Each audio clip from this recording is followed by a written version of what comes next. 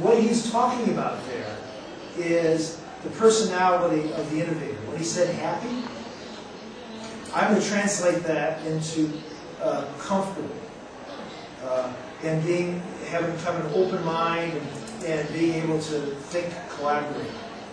And if you want to spawn an environment like that, and it's very laudable that he's saying I'm bringing employees here so they can be happy and so they can learn. What he's talking about there is developing a culture of innovation within his company.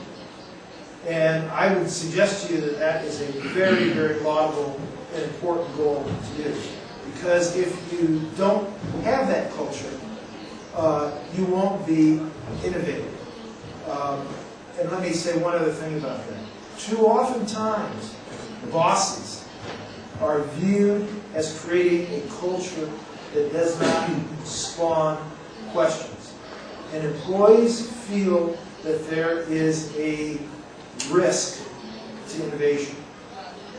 I will tell you in my company, and I'm probably going to make it sound nicer than it has been in certain instances, but I have been in situations where someone has tried something. Someone has come to me with an idea, I've invested in it, it didn't work, and I have actually congratulated that person. Does anyone know why I would do that? To keep trying. Because if the culture of the company or the boss is perceived in any way that he only rewards success, he will never develop a culture of innovation. Now, what he has to do as a boss in a company that's innovating, because he doesn't want to have a bunch of failures, an innovative company has got to set up what I call a filter. And it's a filter that everybody in that innovation team knows. You know, is it the right sector? What are the risk profiles? And have that on the board. So if an opportunity comes in and it passes through that filter and it doesn't work, then it's not his fault. It's like blaming the goalie on a soccer team. You know soccer? Yeah. It's like blaming the goalie on a soccer team for losing the goal. Well, the ball wouldn't have been down there in the first place unless a lot of people didn't do certain things. So you can't create an environment. You have to create an environment where you reward trying and risking and collaborative purpose in what you're trying to invest in. So I think that was good. Any other comments or questions? Oops, excuse me. I don't want to. So many damn wires.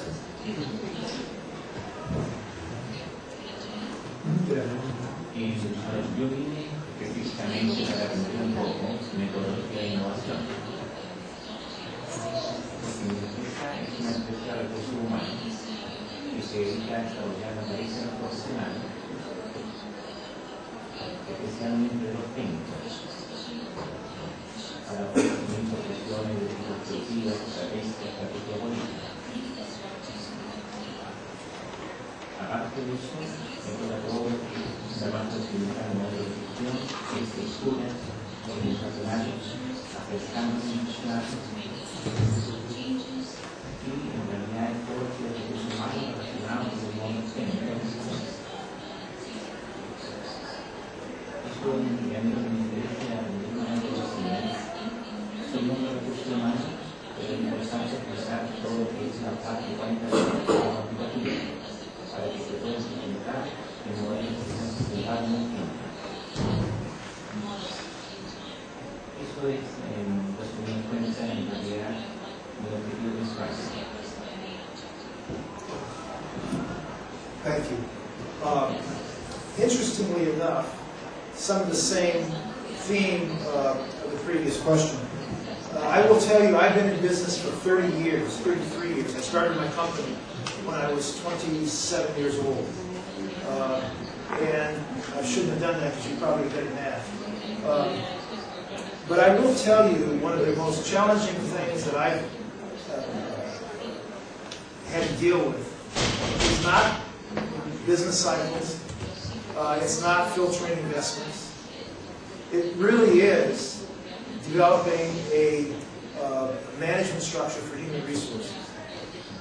And in my company, what I have is what I call, my company's name is PACE. What I call is the PACE cultural imperative.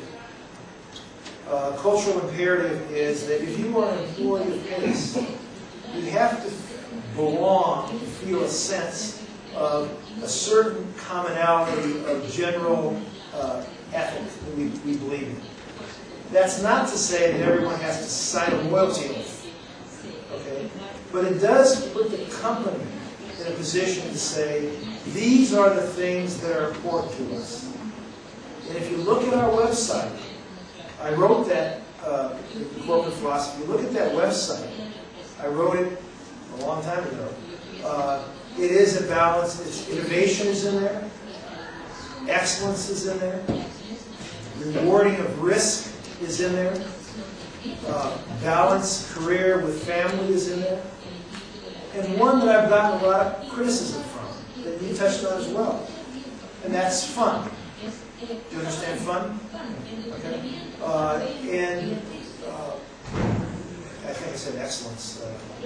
And those words, sir, it's so easy for companies to write that stuff and throw it on the wall. It's absolutely meaningless. It's very, very hard to create structures in place to live those words. And I will tell you that I have failed to live up to that corporate philosophy. And I tell that to my employees that I failed. But what I do tell my employees is that I will never stop trying to live up to that. And the way we do it in our company, a number of ways. First of all, if you have part of your company where you have very high wages, and then you absolutely cram down wages on the other end in a company, it will create a bad system. So different people get paid for different levels, but you have to be very, very clear that the pay structure is commensurate with what the value proposition is that they bring. Some people bring tremendous value, and they make tremendous amounts of money.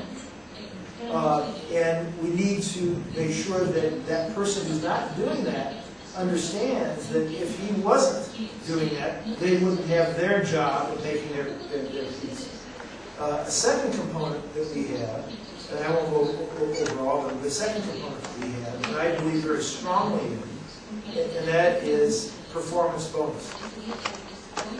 And that is, to the extent you can find a way to have a performance bonus that both rewards the individual who's an innovator, but also, in my company, yes sir, you are a professional. If the company does well, everybody across the board will get some sort of bonus. And the third thing in our company that I think is, and you will know this extremely well, but I will suggest that most companies don't do it well, and that is the employee review. To sit down with the employee in the department and have a face-to-face conversation. We do it twice a year, once for salary adjustment, and once just as and talk openly about what you're doing well and what you're doing, what you need improvement. And I will tell you that that is the most. There are two things in our business that are critical. I think yours. That conversation lances all sorts of wounds and cleans things up very, very, very, very effectively. So that's one thing that we find to be absolutely critically important.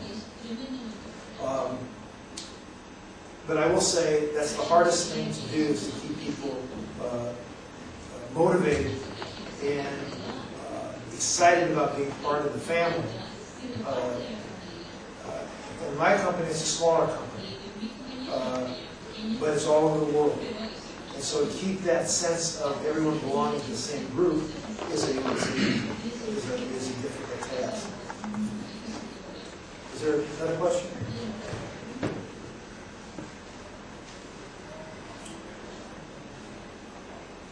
Good.